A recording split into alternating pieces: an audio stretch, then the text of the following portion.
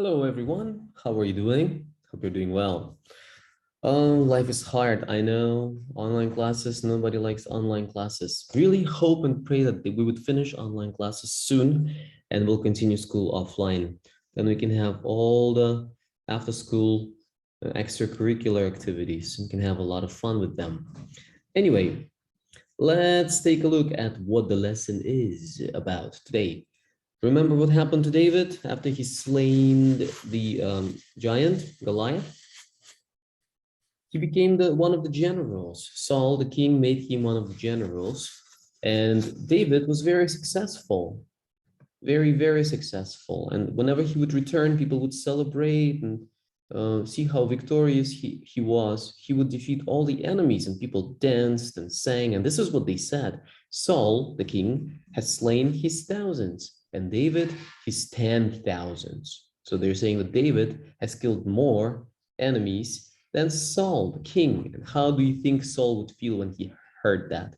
Saul has slain his thousands and David his tens of thousands. People would say, they have credited David with tens of thousands, but me with only thousands. Saul thinks, what more can he get but the kingdom? He would just become a king. And from that time on, Saul kept a jealous eye on David. Oh, jealousy. That's green jealousy, like poison, started to spread from his mind, from his thoughts into his heart and all over his life. He became jealous of David. Music and cheers. As King Saul's soldiers returned home from their victorious battles with the Philistines, women from the nearby towns would come out to meet King Saul. They made music, danced, and sang a joyful song. Saul has killed thousands, but David tens of thousands.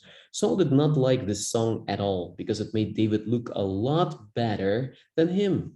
Saul became angry. Why do they only sing about thousands for me?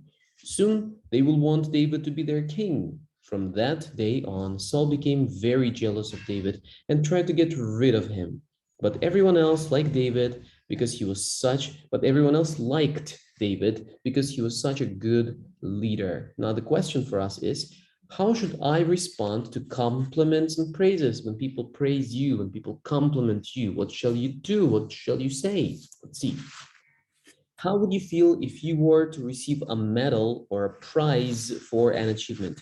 It may be hard to describe your mixed emotions as you go up to receive your award in front of a cheering crowd. You may have feeling of joy, pride, nervousness, or even embarrassment. People respond differently to the compliments and praises they receive for doing something well. There is nothing wrong with accepting a person's kind words, and it is polite to thank someone who pays you a compliment. Perhaps you could use the opportunity to give God the glory by thanking Him openly. When David was praised, he did not stop leading his men to victory, neither did he play down his abilities. He did, however, acknowledge that God had helped him. In contrast, the New Testament tells of a king who loved the praises of men. When they called him a god, he just loved it and took all the glory. Well, you can read what happened to him. He died immediately. So when people praise you, when people compliment you, you don't have to be shy or embarrassed by that. Say thank you, but then go and praise God for giving you the abilities and skills that people praise. It all comes from God. Everything we can do well comes from God, and He can take it from us like that. It's His grace. That's why we have all those talents and things that we do well that people praise.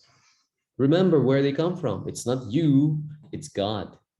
He gave you those gifts and talents. And if you just take all, you say, yes, I am worthy to be praised. If you become proud and arrogant, then God will take it away from you one day. That's what happened to that king. He said, I am like a God. I am God. Please praise me and worship me, he said. And then that instant, he died. That's what happened. You can read about it in the book of Acts in chapter 12.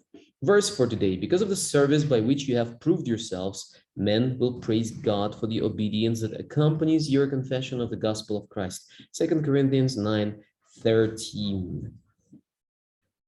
Well, remember, if you find out anything about a fun day, always keep it a secret, okay? Because we want to reward faithfulness and not luck or friends. Faithfulness is important. Be faithful always, okay? Without people reminding you of it. Always be faithful and you will be rewarded. But don't tell anybody about fun days or the plans that we have, okay? All right. For the fun day, you will need a swimming suit. So make sure you have one. Bye-bye. Stop.